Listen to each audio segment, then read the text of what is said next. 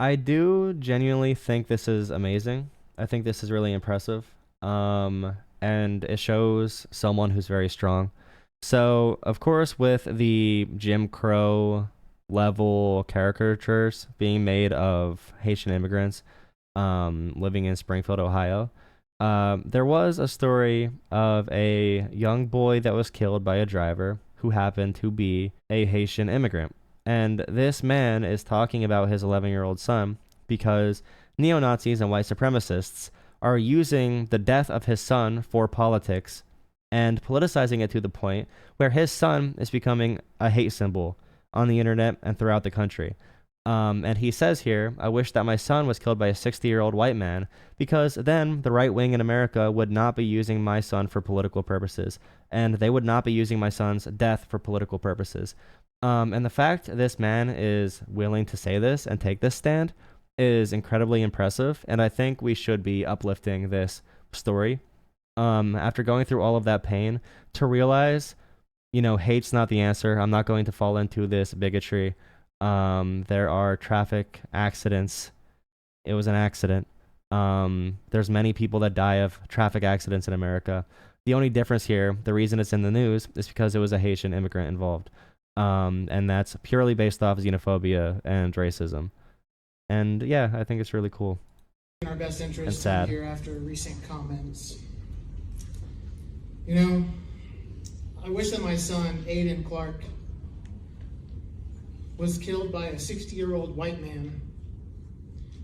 And I bet you never thought anyone would ever say something so blunt. But if that guy killed my 11-year-old son, the incessant group of hate-spewing people would leave us alone. The last thing that we need is to have the worst day of our lives violently and constantly shoved in our faces. But even that's not good enough for them. They take it one step further. They make it seem as though our wonderful Aiden appreciates your hate, that we should follow their hate. And look what you've done to us. We have to get up here and beg them to stop. Using Aiden as a political tool is, to say the least, reprehensible for any political purpose. And speaking of morally bankrupt, politicians, Bernie Moreno, Chip Roy, J.D. Vance, and Donald Trump, they have spoken my son's name and used his death for political gain. This needs to stop now. They can vomit all the hate they want about illegal immigrants, the border crisis, and even untrue claims about fluffy pets being ravaged and eaten by community members. However, they are not allowed, nor have they ever been allowed to mention Aiden Clark from Springfield, Ohio. Notice how he said community members and not Haitian immigrants. Because, as we know, immigrant populations are community members.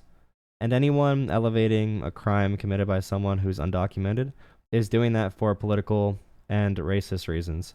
Because there's zero reason to believe that there needs to be an uprising in America to prevent immigrant populations from becoming integrated into our communities, especially one like Springfield, Ohio, which was revitalized as a result of Haitian immigrants going there, getting jobs, and working really hard to support their families. I will listen to them one more time to hear their apologies. To clear the air, my son, Aiden Clark, was not murdered. He was accidentally killed by an immigrant from Haiti. This tragedy is felt all over this community, the state, and even the nation. But don't spin this towards hate. In order to live like Aiden, you need to accept everyone. Choose to shine, make the difference, lead the way, and be the inspiration. What many people in this community and state and nation are doing is the opposite of what you should be doing. Sure, we have our problems here in Springfield and in the U.S., but does Aiden Clark have anything to do with that?